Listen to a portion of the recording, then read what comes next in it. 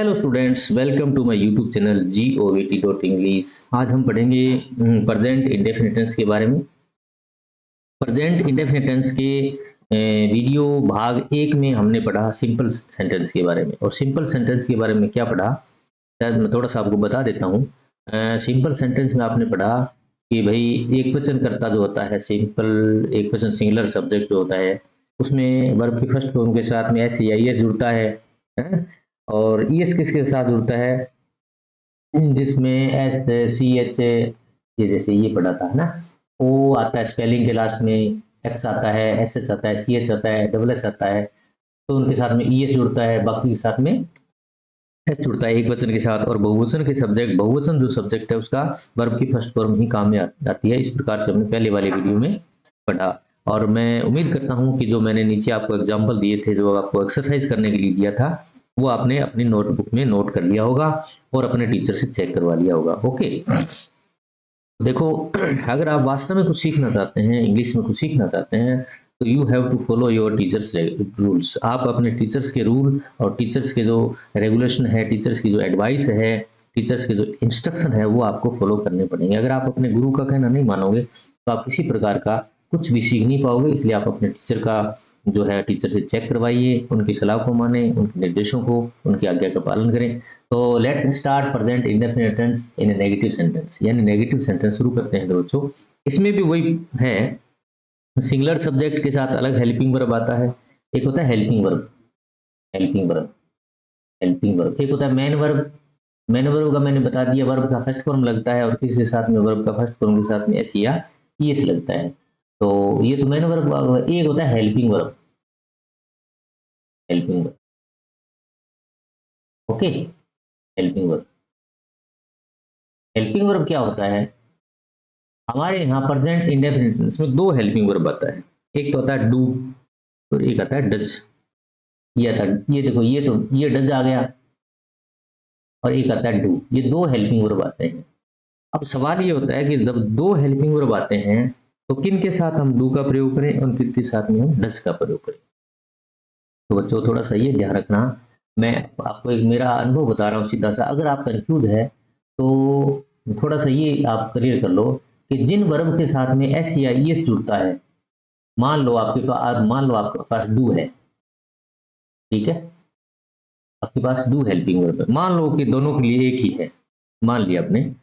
तो जिनके साथ में एस या ईएस जुड़ता है, जिनके साथ में, जिनकी वर्ब के साथ में, जिन वर्ब के साथ एस या ईएस जुड़ता है, उनकी हेल्पिंग वर्ब वाला एस या ईएस इसके साथ जोड़ दो, तो ये हेल्पिंग वर्ब क्या बन गया?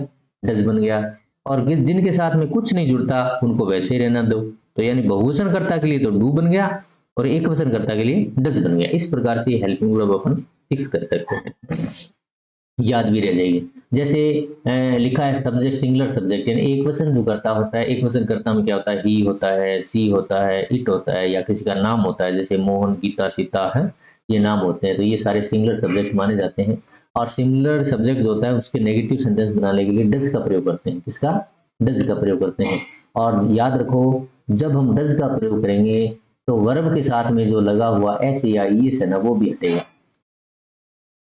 वर्ब के साथ में एस या ईएस जो लगा है उसको हटा देंगे और हेल्पिंग वर्ब डज का प्रयोग करें। कहने का भाव ये है कि डज और एस या ईएस इनमें से एक ही आएगा। अगर आपने एस या ईएस लगा रखा है वर्ब में, तो अगर आपने एस या ईएस लगा रखा है और फिर डज लगा रखा है तो गलत है। तो डज लगा दिया तो एस या ईएस हरगिज नहीं आएगा। इस प्रकार से आपको याद रखना है। जैसे मैंने एक एग्जांपल दिया है, Rohan likes mango. Rohan likes mango, Rohan एक वचन है, ये लाइक्स है, एस LIKE लगा रखा है, मैंगो। तो अपन इसको नेगेटिव ले जाएंगे, नेगेटिव मतलब नकारात्मक इस वाक्य को बनाएंगे। तो कैसे बनाएंगे? रोहन डज नोट, यहाँ लगा दिया डज नोट लाइक। अब इसके साथ में जो एस या एस जुड़ा था ना, वो अपने आप हट गया। तो Rohan does note like mango हो गया ना। अब आते हैं बहुवचन की तरफ। बहुवचन कर्ता में क्या है? डू का प्रयोग किया जाता है। डू, इसको डो नहीं बोलोगे, इसको डू बोलोगे।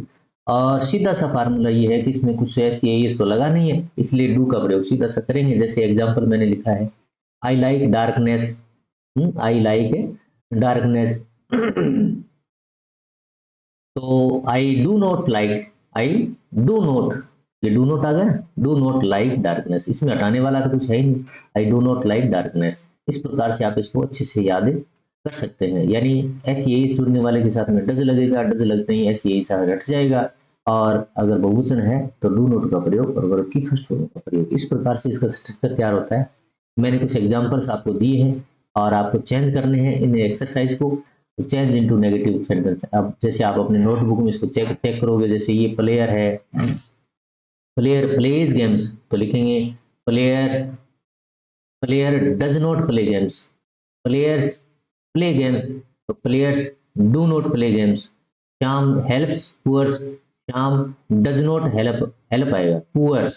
We speak English, we do not speak English. Manoj does not speak Rajasthani, and भाषा है ना Rajasthani. You do not forget to buy a book, my mother does not love me, my parents do not love me, birds do not fly in the sky, she does not write a letter. इस प्रकार से आप अपनी notebook में करोगे और दूसरे दिन जाकर के अपने टीचर से चेक करवाओगे। ओके, तो बच्चों ये वीडियो आपको कैसा लगा आप कमेंट बॉक्स में जरूर लिखें। वीडियो को लाइक करें, शेयर करें और चैनल को सब्सक्राइब नहीं किया तो चैनल को सब्सक्राइब करें। और आने वाले सभी वीडियो जैसे कि मैंने आपको बताया आप लोगों के लिए बहुत इंपॉर्टेंट होने वाले हैं और इसलिए आप उनके नोटिफिकेशन की आपको जरूरत पड़ेगी, आपको पता चले कि कौन सा नया वीडियो है। इसलिए आप घंटी वाले बटन को दबाएं और ऑल पर जाकर के क्लिक कर दें ताकि आने वाले सभी वीडियोज़ की नोटिफिकेशन आप तक पहुंच जाए। Okay, good bye.